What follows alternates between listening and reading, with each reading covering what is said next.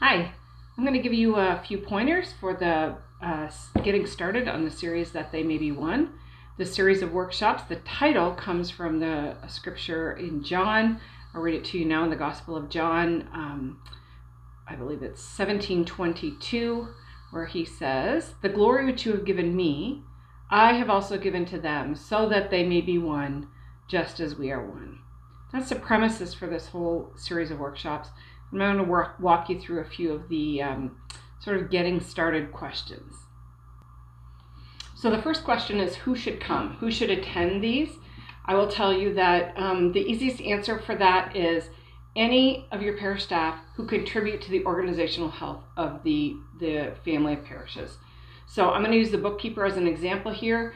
If you have a bookkeeper who is, a full-time bookkeeper or there pretty regularly, and there's lots of communication between the staff and the bookkeeper, and there are some other things other than balancing the books that the bookkeeper does, they should be part of this.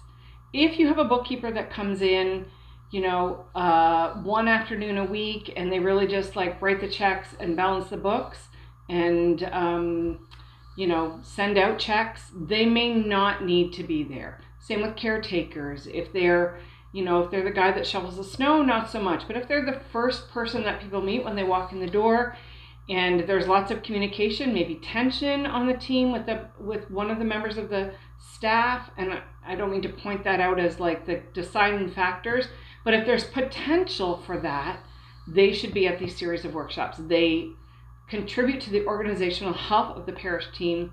That's who this is designed for. When I'm asked about space, where should we have this? You can have it in your parish. However, it's super important that you have a space where you can have both the meeting time, the coming together, and time for personal reflection. Every single workshop has a time for personal reflection, and we want to honor that time. It's very important in the whole process. So I would encourage that you choose a space where people can't just pop off and go answer their emails, or that someone else isn't going to call their attention away. For our point on our personnel team, we're going to do this. We've decided not to do it at the diocesan center. It's not the best place to do it. We're going to try and use a parish or the retreat house. So there are other options besides the parish where you can do this. Make sure it's comfortable, make sure you have meeting space, and make sure you have reflection space where everybody can be there. In terms of time frame, can you split it up? You can split it up. Most sessions are split up between morning and afternoon sessions with a break in between. If you need to do that to accommodate perhaps working deacons on your team, absolutely go ahead and do that.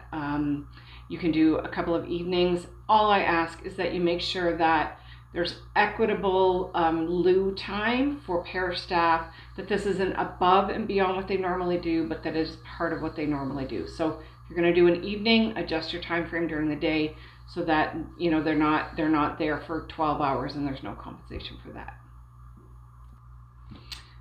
Finally, timing. I know that many of you have adjusted your timing because of the recent lockdowns in January, and so you'll possibly be starting in